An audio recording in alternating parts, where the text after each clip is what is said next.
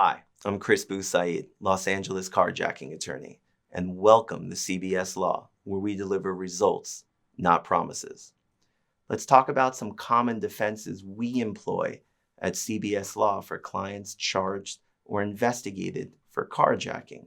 Well, first, we're going to utilize investigators to make a determination of what witnesses, including the alleged victim, actually observed. Second, we're going to investigate whether our client was actually at the scene. In other words, was this a case of mistaken identity? Two things for that.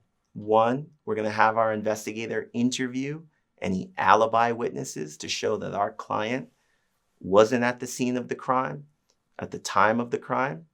We're also going to explore whether there's any substantive evidence that they weren't at the scene during the crime. In other words, receipts from restaurants, plane tickets, concert tickets, etc. Third, generally there can be a family dynamic in these cases. In other words, bickering spouses, family matters related to parents and children disagreeing over who can take the car, who can't. And oftentimes there will be motives or biases or alternative agendas of an accuser when saying someone carjacked my vehicle. And then to get into really technical defenses, that substantial distance requirement can't just be slight or trivial. It has to be substantial, and it has to be directly related to the taking of that vehicle. And oftentimes there isn't a lot of evidence to show that there was a substantial distance that the person who is the owner or driver of the car actually moved.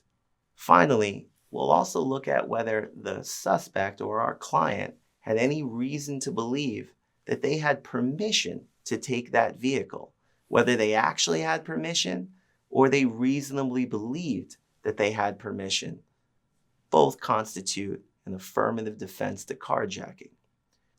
So if you find yourself being charged with or investigated for carjacking, call CBS Law now at 213-800-8005, and together we'll get your life back.